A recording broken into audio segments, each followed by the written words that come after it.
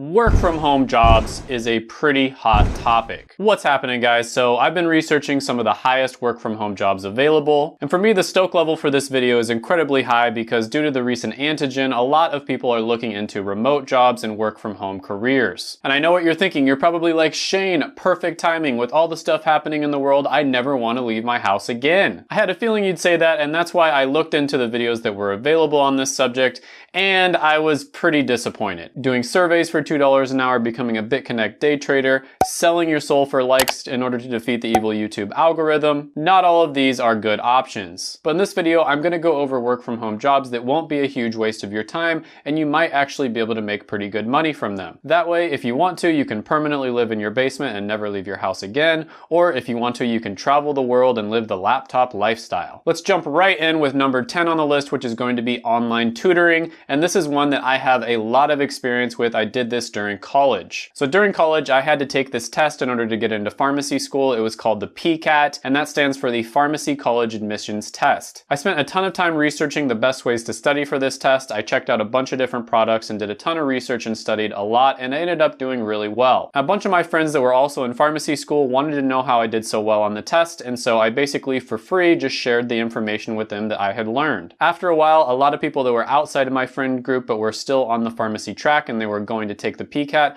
also wanted to know how I did so well on the test. So I started charging for my time, and eventually I ended up charging over $100 an hour to tell the people the right resources to use as well as the right way to study for the test. So this was a win-win situation for both parties involved because it took me hundreds of hours to figure out the best resources and how to spend time on studying for the test, and I was able to save them both the time and the money in figuring out what to study and also spending their money on a bunch of products that they didn't really need. Now there's a ton of other different examples of tests that you could tutor people on. You've got the SAT and the ACT that you take right before you graduate high school, for instance. The key here is to have specialized skills or specialized knowledge that other people want to learn from. Making cheesy references to different memes and pop culture, yeah, that's basically my only skill. But it's not just tests. You can tutor people on all kinds of different subjects. For instance, if you know English, which you probably do if you're watching this video, you can tutor people who not only want to learn English, but they want to learn the American vernacular. A lot of people want to learn this because of the fact that business is becoming so international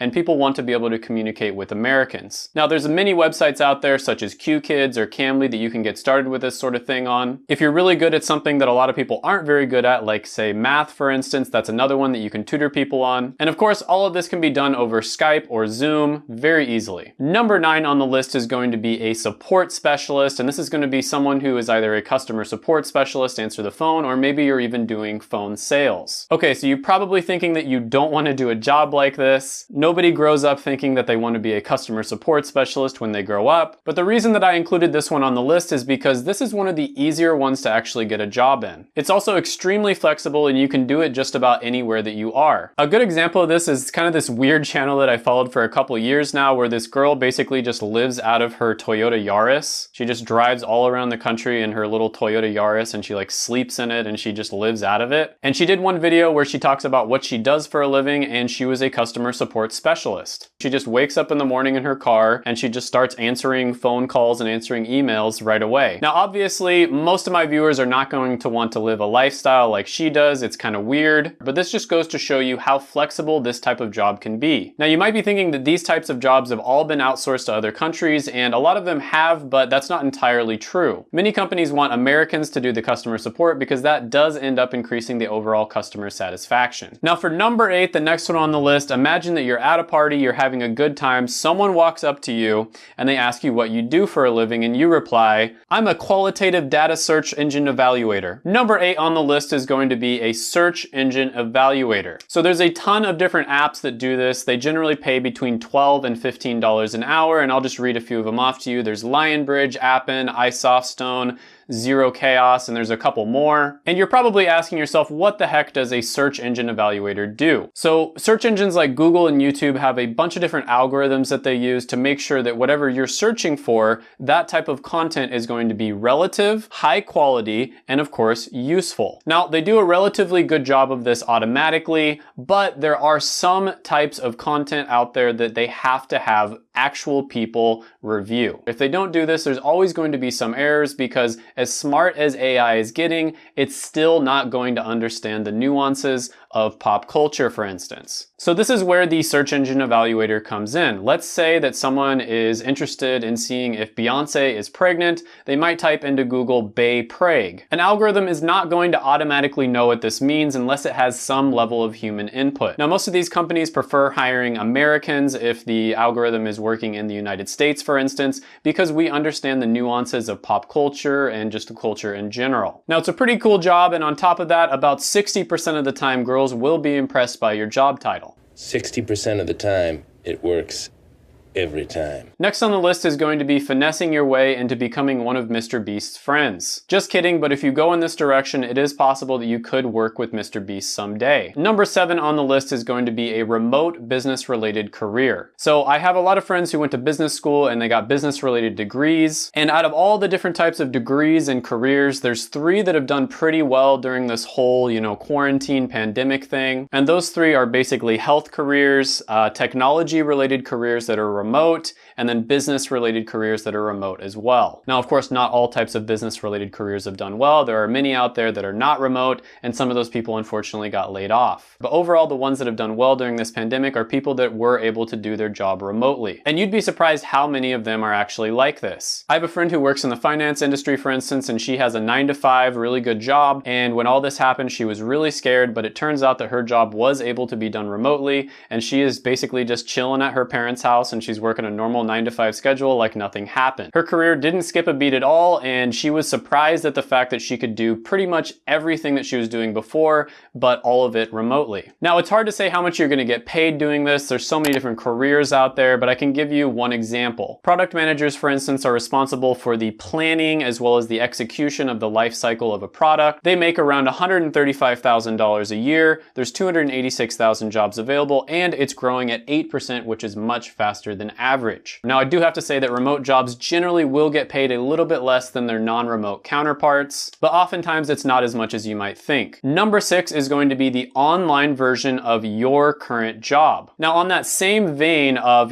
business-related careers, there's actually remote versions of a lot of different careers as well. And you're probably thinking, Shane, there's no way that I could do my career online. That's just not an option. And until recently, that was probably true, but recently jobs have become more and more location independent. And no, this doesn't involve bribing your boss, selling your kidneys, selling your kids, or selling your kids' kidneys. None of that. So take a pharmacist, for instance. So the image that you have in your head of a pharmacist is probably someone who works in a retail pharmacy, maybe a grocery store, for instance. And there's no way that that job could be done remotely, right? Actually, several friends of mine, people that I went to school with, are now pharmacists that do their entire job remotely. What they mostly do is verify prescriptions, take calls, and then call people in order to set up different, medication-related therapies. There's also a lot of opportunities out there for medication evaluations and counseling online as well. And it's definitely worth a try to talk to your boss about it. Maybe you only end up getting a few days a week out of the office, but that would still be nice as well. Number 5 on the list is going to be social media marketing and digital marketing. Now, with this one, you can expect to be paid over $25 an hour. And this is another one that's gotten really big in the last few years. Now, more and more businesses are needing to have an online presence. And what they really need is young people to create their content, do their digital marketing, as well as running ads on different platforms. Now, as you can imagine, this is of course a type of job that you can do from home. Now, there's a ton of courses online that'll charge you like $19.97 in order to teach you how to do digital marketing.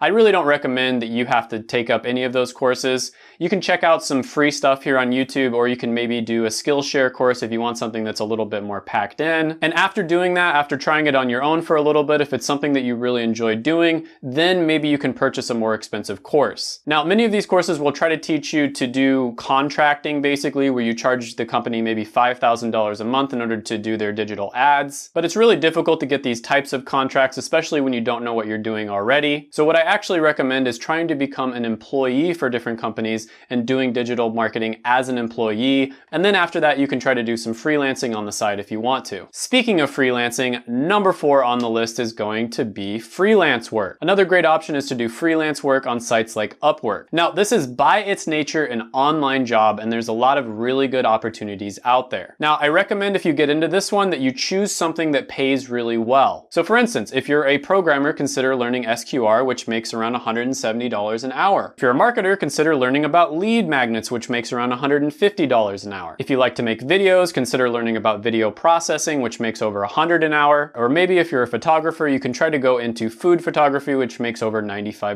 an hour. I think you get the idea here. It's all about supply and demand. The key is to look into whatever market that you want to enter, figure out where the opportunities are, and then learn the skills that you need in order to do that specific thing that people need. You really want to specialize in one thing and don't do anything else. The biggest mistake that people make is they try to be a generalist and they're like, oh, I'll do anything related to graphic design, for instance. And that's a huge mistake because people will not value your skills. Now, freelancing is a great business model, and a lot of people do start off as freelancers and then they move on to the next business model, which I think is even better. Number 3 on the list is going to be consulting. Now, this one varies a lot, but a lot of the time you can make over $100 an hour. So like I said, a lot of people start as freelancers and they do really well there, and they get to a certain point where they have enough work that they can't really increase their income, because the only way that you can increase your income is to either work more hours or increase the price. And there's only so much that you can increase the price and still stay competitive on the market. So the business model of freelancing is basically done for you, where you do some kind of service for someone else. For consulting, the business model is done with you, where you teach someone how they can do that service themselves. Now, as you can see, this is a much more scalable business model because of the fact that you can create courses, you can create videos that teach people how to do whatever skill they're trying to learn. Now, as with freelancing, you want to specialize in something that has a lot of market value. Again, it's all about supply and demand. Number 2 on the list is going to be web development, and this one oftentimes will make over $35 an hour. Now, according to BLS, web developers are making $73,000 a year. There's 160,000 jobs available,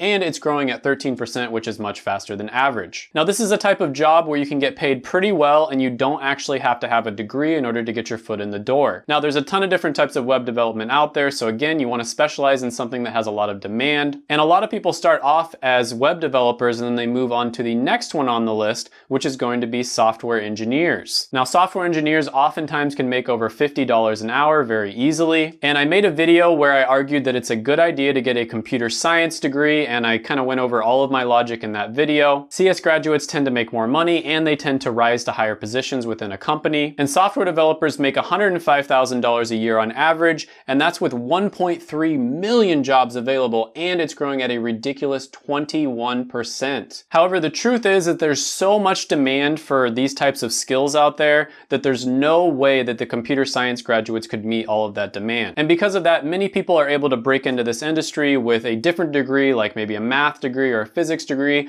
or in some cases, no degree at all. And there's no way that the 9,800 computer science graduates every single year are going to fill up the 1.3 million jobs available. And that's a fact. Thank you for watching my video. I made it just for you. Go ahead, smash the like button, hit the subscribe button, ring the notification bell, and comment down below any thoughts, comments, criticisms, etc. that you have on the video.